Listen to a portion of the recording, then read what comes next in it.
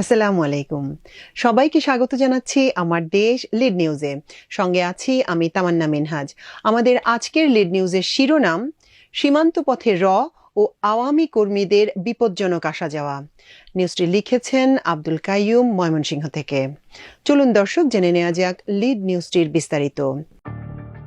শেখ হাসিনা সরকার পতনের পর থেকে ময়মনসিংহ, নেত্রকোনা ও শেরপুর জেলার সীমান্ত এলাকাগুলোয় এক প্রকার আতঙ্কজনক পরিস্থিতি বিরাজ করছে। আওয়ামী লীগের শীর্ষ নেতা এবং ভারতের বৈদেশিক গোয়েন্দা সংস্থা রিসার্চ অ্যান্ড অ্যানালিসিস উইং বা এর এজেন্টরা এই সীমান্তকে নিরাপদ করিডোর হিসেবে বেছে নিয়েছেন। একাধিক সূত্রে জানা গেছে, ভৌগোলিক অবস্থানের কারণে ময়মনসিংহ, নেত্রকোনা ও শেরপুর জেলার সীমান্ত ভারতের মেঘালয় রাজ্যের সঙ্গে সরাসরি সংযুক্ত থাকায় বর্তমানে শুধু মেঘালয়ের চেরাপুঞ্জি, তুরা ও ডাউকি এলাকায় আওয়ামী লীগ ও সহযোগী সংগঠনের ৫ শতাধিক নেতাকর্মী অবস্থান করছেন। সীমান্তবর্তী বিভিন্ন বাজার ও জনপদে বসবাস করে তারা বাংলাদেশি মোবাইল সিম কার্ড ব্যবহার করে দেশের ভেতরে অবস্থানরত নেতাকর্মীদের সঙ্গে নিয়মিত যোগাযোগ রক্ষা করে চলেছেন। স্থানীয় সূত্র ও গোয়েন্দা তথ্য অনুযায়ী গত ৭ মাসে আওয়ামী লীগ ও এর সহযোগী সংগঠন অন্তত ১,০০০ নেতাকর্মী, দালাল, স্থানীয় বিএনপির নেতাকর্মী ও প্রশাসনকে হাত করে চুপিসারে সীমান্ত পেরিয়ে ভারতে প্রবেশ করেছেন। পালিয়ে যাওয়া এসব নেতার কেউ কেউ মাঝে মধ্যে বাংলাদেশে ফিরে এসে রাজনৈতিক ও পারিবারিক কাজ শেষ করে আবার ভারতে চলে যাচ্ছেন। অন্যদিকে ভারতের দিক থেকে আসা পাগলবেশী অসংখ্য ব্যক্তিকে ময়মনসিংহের সীমান্ত এলাকায় দেখা যাচ্ছে। এদের অনেকেই হিন্দিতে অসংলগ্ন কথাবার্তা বলছেন। সীমান্তের স্থানীয় বাসিন্দাদের মতে এসব প্রবেশকারী প্রকৃতপক্ষে মানসিক রোগী নাও হতে পারেন, বরং অন্য কোনো উদ্দেশ্যে তাদের সীমান্ত এলাকায় পাঠানো হয়েছে, যে কারণে ওই সব ব্যক্তির অস্বাভাবিক আচরণ সন্দেহের সৃষ্টি করেছে। অনুসন্ধানে জানা গেছে, আওয়ামী লীগের দীর্ঘ শাসনামলে সীমান্ত দিয়ে মানব পাচার, মাদক ব্যবসা ও অবৈধ পণ্যের লেনদেন হয়েছে নির্বিঘ্নে। এ কারণে সীমান্তের দুই পাড়ে আওয়ামী বলয় গড়ে ওঠা দালাল ও চোরাকারবারির চক্র এখনো সক্রিয়। ফলে এই অঞ্চলে একটি শক্তিশালী চোরাচালান নেটওয়ার্ক গড়ে উঠেছে, যারা বর্তমানে আওয়ামী লীগের পলাতক নেতাদের পারাপারের জন্য দালাল সিন্ডিকেটের রমরমা ব্যবসা শুরু করেছে। তাদের মাধ্যমে এক এক শীর্ষ নেতাকে সীমান্ত পাড়ি দিতে গুনতে হচ্ছে ২ কোটি টাকা। শুধু শীর্ষ পর্যায়ের নেতারাই নয়, জেলা ও উপজেলা পর্যায়ের নেতাদের জন্য রেট নির্ধারণ করা হয়েছে। সেক্ষেত্রে জেলা পর্যায়ের জন্য ৫০ লাখ ও উপজেলা নেতাদের গুনতে হচ্ছে ৩০ লাখ টাকা। আবার যেসব নেতা কিছুদিন পর ফিরে আসবেন এমন প্রতিশ্রুতি দিচ্ছেন, তাদের ক্ষেত্রে বিশেষ ছাড়ের ব্যবস্থাও রয়েছে। স্থানীয় বাসিন্দাদের হিসাব মতে এই দালাল চক্র সীমান্ত পারাপারের অবৈধ বাণিজ্য করে এখন পর্যন্ত কমপক্ষে ১০০ কোটি টাকা হাতিয়ে নিয়েছে। তবে বিষয়টি শুধু দালালদের মধ্যেই সীমাবদ্ধ নেই। অনুসন্ধানে আরও ভয়ঙ্কর তথ্য উঠে এসেছে। জানা গেছে, ভারতীয় সীমান্তরক্ষী বাহিনী, বর্ডার সিকিউরিটি ফোর্স বা বিএসএফ কিছু সদস্য মোটা অঙ্কের টাকার বিনিময়ে আওয়ামী লীগের অনেক নেতাকর্মীকে ভারতের বিভিন্ন রাজ্যে নিরাপদ আশ্রয় পৌঁছে দিচ্ছেন। এক্ষেত্রে বিএসএফ এর সঙ্গে মধ্যস্থতাকারী হিসেবে কাজ করছেন ভারতের সীমান্তের দালাল চক্র। তারা বাংলাদেশি দালালদের হয়ে কাজ করছে এবং আওয়ামী লীগ নেতাদের সীমান্ত পেরিয়ে ভারতে যাওয়া নিশ্চিত করছেন। এ নিয়ে সাধারণ জনগণের মধ্যে আতঙ্ক ও প্রশ্নের সৃষ্টি হয়েছে। সীমান্তের অবৈধ এ কার্যক্রম জাতীয় নিরাপত্তার জন্য মারাত্মক হুমকি হয়ে উঠতে পারে বলে মনে করছেন বিশ্লেষকরা। প্রশাসনের কার্যকর তৎপরতা না থাকায় উদ্বেগ প্রকাশ করেছেন তারা। একাধিক সূত্র জানিয়েছে, হালুয়াঘাটের ভুবনকুড়া ইউনিয়নের ধনভাঙা গ্রামের সীমান্ত দিয়ে নদী পথে ভারতের গাছুয়াপাড়া ও কাটাবাড়ি এলাকা দিয়ে ভারতে প্রবেশ করছেন আওয়ামী লীগের অনেক নেতাকর্মী। এই উপজেলার সীমান্ত দিয়েই শামীম ওসমান, তার স্ত্রী সালমা লিপি ও ছেলে অয়ন ভারতের আসাম রাজ্যে প্রবেশ করেন। পরে পরিবারের সবাই একত্র হয়ে কলকাতা হয়ে দিল্লি যান এবং ৬ সেপ্টেম্বর দিল্লির নিজামুদ্দিন আউলিয়া মাজারে শামীম ওসমানের উপস্থিতি দেখা গেছে। সর্বশেষ দুবাইয়ে নিজ বাড়িতে অবস্থান নিয়েছেন বলে খবর পাওয়া গেছে। অনুসন্ধানে দেখা গেছে, হালুয়াঘাট সীমান্ত এলাকায় দালাল শফিক মিয়া ও শামীম গত ৭ মাসে কমপক্ষে ২০০ জনকে অবৈধ পথে সীমান্ত দিয়ে ভারতে পাঠিয়েছেন। এমনকি এই প্রতিবেদককে কাস্টমার মনে করে শামীম মিয়া মোবাইল ফোনে বলেন, যে কোনো সময় চলে আসেন, ভারতে পাঠানো যাবে। অন্যদিকে গত বছরের ৬ আগস্ট ধোবাউড়া উপজেলার সীমান্ত দিয়ে আওয়ামী লীগের সাবেক এমপি জুয়েল আরেং গফরগাঁওয়ের আলোচিত সাবেক এমপি ফাহমি গোলন্দাজ বাবেল ওরফে ছোট গোলন্দাজ, ময়মনসিংহ সদরের সাবেক এমপি মহিতুর রহমান শান্ত ওরফে জঙ্গি শান্ত, ফুলপুর তারাকান্দার এমপি শরীফ আহমেদ, আওয়ামী লীগের সংস্কৃতি বিষয়ক সম্পাদক ও সাবেক সংসদ সদস্য অসীম কুমার উকিল ও তার স্ত্রী সংরক্ষিত আসনের সাবেক সংসদ সদস্য অপু উকিল দেশ ছেড়েছেন। এমনকি তাদের দেশ ত্যাগের পর ময়মনসিংহের একজন সাংবাদিক ভারতে গিয়ে তাদের সঙ্গে সাক্ষাৎ শেষে গত বছরের অক্টোবরের শেষ দিকে দেশেও ফিরেছেন। পরে ওই সাংবাদিক দেশে ফিরে আওয়ামী ঘরানার সাংবাদিক ও রয়ের এজেন্টদের সঙ্গে মিটিং করেন এবং আওয়ামী লীগের এজেন্ডা বাস্তবায়নে এখনো রাষ্ট্রবিরোধী গোপন ষড়যন্ত্র করে যাচ্ছেন। এছাড়া ৮ আগস্ট মুন্সিপাড়া বিজিবি ক্যাম্পের সামনে দিয়ে করইগড়া সীমান্ত এবং ধোবাউড়া দক্ষিণ মাইজুরা এলাকা দিয়ে বহু নেতাকর্মী ভারতে পালিয়েছেন বলে খবর রয়েছে।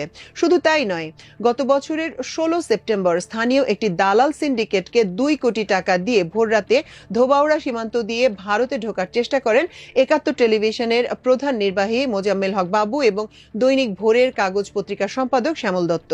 কিন্তু টাকা ভাগাভাগির এক পর্যায়ে প্রতিপক্ষ আরেকটি চক্র হট্টগোল শুরু করলে স্থানীয় লোকজন তাদের সীমান্তবর্তী দর্শা খোলা মাঠে আটক করে পুলিশে সোপর্দ করে। গত বছরের নভেম্বরে আওয়ামী লীগের সাধারণ সম্পাদক ওবায়দুল কাদেরও ধোবাউড়া সীমান্ত দিয়ে মেঘালয়ের তুরায় পৌঁছেন বলে জানা গেছে। এরপর তিনি ভারতের আসাম রাজ্যের গুয়াহাটিতে কয়েকদিন অবস্থান করে বলেও স্থানীয় দালাল চক্রের একজন জানিয়েছেন। নাম প্রকাশে অনিচ্ছুক স্থানীয় এক রাজনীতিবিদ জানান, গত বছরের আগস্টের শেষ দিকে নেত্রকোনা ১ আসনের সাবেক এমপি মোশতাক আহমেদ রুহি, আওয়ামী লীগের কেন্দ্রীয় সাংগঠনিক সম্পাদক ও ময়মনসিংহ বিভাগের সাংগঠনিক সম্পাদক শফিউল আলম চৌধুরী নাদেল সহ আরো কয়েকজন আকস্মিক কলমাকান্দা এলাকায় হাজির হন। পরে সেখানকার প্রভাবশালী রাজনৈতিক ব্যক্তি ও প্রশাসনিক কর্মকর্তাকে হাত করে তারা সীমান্ত অতিক্রম করেন। আওয়ামী লীগ নেতাদের ভারতে পৌঁছে দিয়েছেন এমন আন্তদেশীয় দালাল চক্রের সদস্য হিসেবে সমনিয়াপাড়ার আব্দুস সাত্তার, নলকুড়া গ্রামের বিল্লাল মেম্বার ও হরমুজ, কুচপাড়া গ্রামের মাইনু, শাপলা বাজারের সিরাজুল সহ বেশ কয়েকজনের নাম বিজিবির তালিকায় আছে। নেত্রকোনার দুর্গাপুর ও কমলাকান্দার সীমান্ত দিয়ে ভারতে যাতায়াতের প্রবণতা ভয়াবহভাবে বেড়েছে। বিশেষ করে সোমেশ্বরী নদী ও সীমান্তবর্তী এলাকার কিছু অংশে বিজিবির নিয়ন্ত্রণ সীমিত থাকা এবং সীমান্ত এলাকার অনেকাংশে অবৈধ কাঁটাতারের বেড়া না থাকায় আওয়ামী লীগের শীর্ষ নেতারা এই পথকে নিরাপদ রুট হিসেবে বেছে নিয়েছেন। এতে সীমান্ত পথে অবৈধ যাতায়াত নতুন মাত্রা পেয়েছে, যা জাতীয় নিরাপত্তার জন্য বড় হুমকি হয়ে উঠেছে। স্থানীয় রফিকুল ইসলাম জানান, দালালদের লেনদেন নিশ্চিত হয়ে বিএসএফও সীমান্তের গেটগুলো অনেক সময় খুলে রাখে, যে কারণে এই রুটগুলো এখন দালালদের নিয়ন্ত্রণে চলে গেছে। কলমাকান্দা উপজেলার লেঙ্গুড়া ও খারনই সীমান্ত দিয়ে আওয়ামী লীগের নেতাকর্মীরা ভারতে যাতায়াত করছেন। বিশেষ করে ১১৭৫ ও ১১৭৬ নম্বর পিলার সংলগ্ন স্থানে অবস্থিত রিং কালভার্টের ভেতর দিয়ে দালালদের সহায়তায় ভারতে প্রবেশের ঘটনা বাড়ছে। স্থানীয় সূত্র জানিয়েছে, এই অবৈধ যাতায়াতে হৃদয় নামে এক সুপারি ব্যবসায়ী মধ্যস্থতাকারী হিসেবে দালালদের সহযোগিতা করছেন। শেরপুরের শ্রীবর্দী, ঝিনাইগাতি ও নালিতাবাড়ি সীমান্ত অঞ্চলের প্রায় ৪০ কিলোমিটার এলাকার বিস্তৃত গারো পাহাড় এখন আওয়ামী লীগের পলাতক নেতাদের জন্য নিরাপদ করিডোর হয়ে উঠেছে। ভারতের মেঘালয় রাজ্যের পোড়াকাশিয়া সীমান্ত ঘেঁষা এ এলাকায় ৫০টির বেশি গ্রাম রয়েছে। এ অঞ্চলের অরক্ষিত গারো পাহাড়ের খোলা অংশ এবং বিশেষ কালভার্টের ফাঁক ব্যবহার করে ভারতে পালাচ্ছেন আওয়ামী লীগের নেতারা। সরেজমিন স্থানীয়দের সঙ্গে কথা বলে জানা গেছে, শ্রীবর্দী ও ঝিনাইগাতি উপজেলা সীমান্তবর্তী গ্রামগুলোর পাশেই ভারতের মেঘালয় রাজ্যের পোড়াকাশিয়া এলাকা।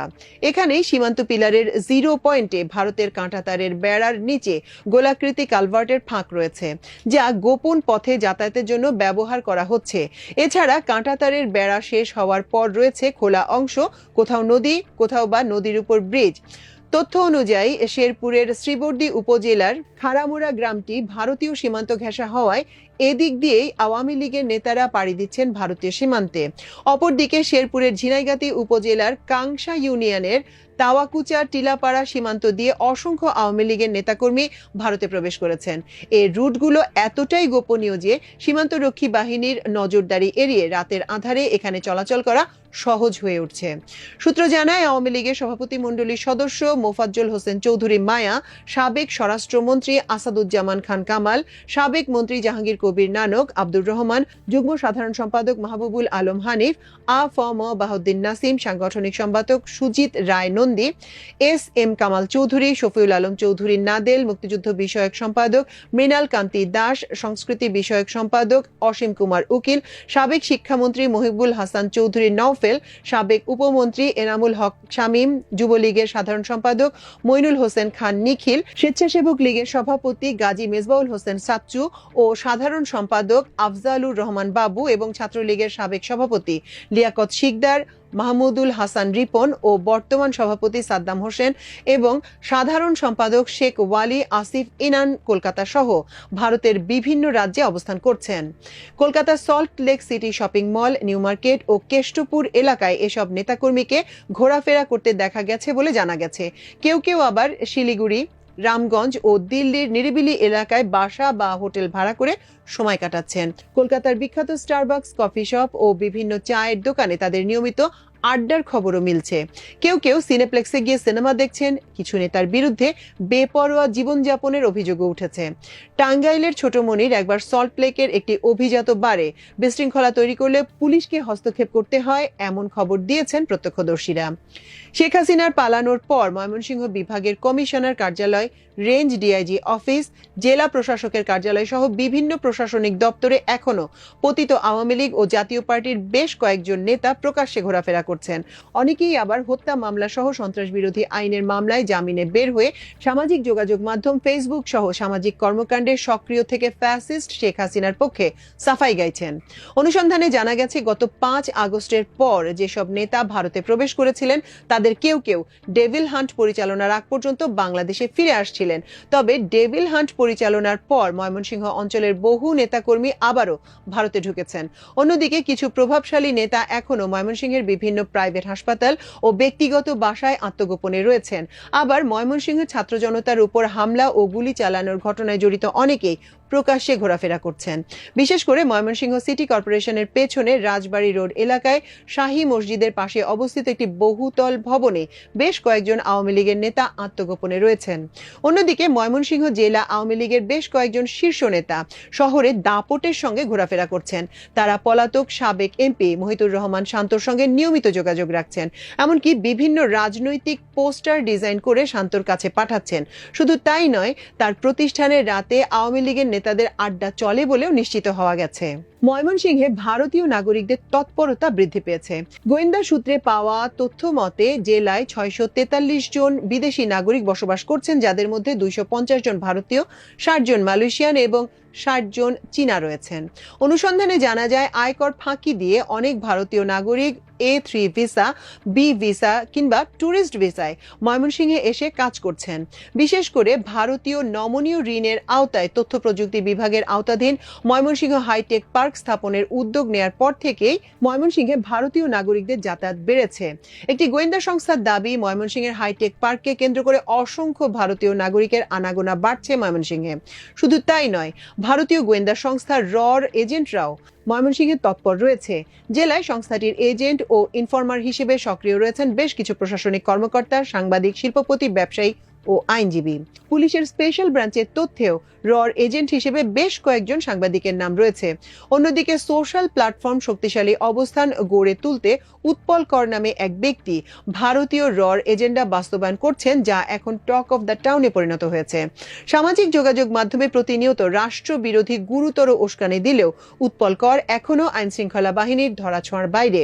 জানা গেছে উৎপল কর ময়মনসিংহ বিভাগের 50 জনকে নিয়ে একটি টিম গঠন করেছেন। তাদের কাজ হচ্ছে সামাজিক যোগাযোগ মাধ্যমে সরকার ও রাষ্ট্রবিরোধী মিথ্যা প্রপাগান্ডা ছড়ানো। স্থানীয় প্রশাসনের নীরবতা ও সীমান্তরক্ষী বাহিনীর দৃশ্যমান নিষ্ক্রিয়তা মানুষকে আরো সংশয়ে ফেলেছে। সুশীল সমাজ ও সাধারণ মানুষের মতে সাম্প্রতিক রাজনৈতিক টানাপোড়েনের সময় যে প্রেক্ষাপটেই ঘটুক না কেন, সীমান্ত দিয়ে গোপন যাতায়াত দেশের নিরাপত্তা, সার্বভৌমত্ব ও স্থিতিশীলতার জন্য বড় হুমকি হয়ে উঠতে পারে।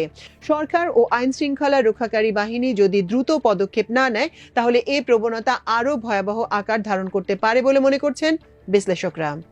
নেত্রকোনার দুর্গাপুর সীমান্ত এলাকার হাসিবুল ইসলাম বলেন, শেখ হাসিনার পলায়নের পর থেকে সীমান্ত দিয়ে অহরহ আওয়ামী লীগের নেতাকর্মীদের যাতায়াত করতে দেখা যাচ্ছে।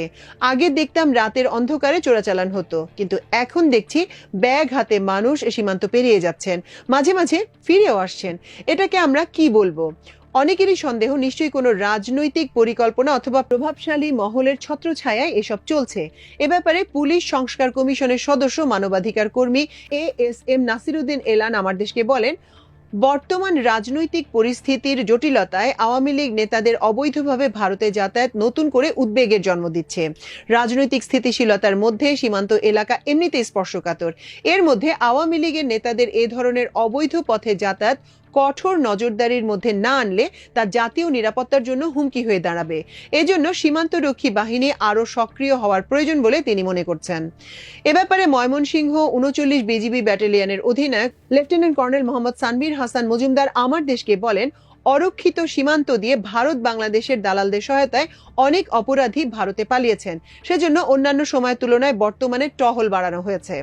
বাংলাদেশের দালাল চক্রকে শক্ত হাতে দমনে সীমান্ত এলাকায় বিজিবির কার্যক্রম জোরদার করা হয়েছে। প্রিয় দর্শক, আমাদের আজকের লিড নিউজের আয়োজন ছিল এই পর্যন্তই। ইনশাআল্লাহ আগামীকাল একই সময় একই চ্যানেলে আবারও আরেকটি লিড নিউজ নিয়ে আপনাদের সামনে হাজির হব। সে পর্যন্ত আল্লাহ আপনাদের সবাইকে ভালো রাখুন, সুস্থ রাখুন এবং দেখুন, শুনুন, পড়ুন, শেয়ার করুন, সাবস্ক্রাইব করুন এবং অবশ্যই কমেন্ট করুন আমার দেশে। এতক্ষণ সঙ্গে থাকার জন্য অশেষ কৃতজ্ঞতা। আল্লাহ হাফেজ।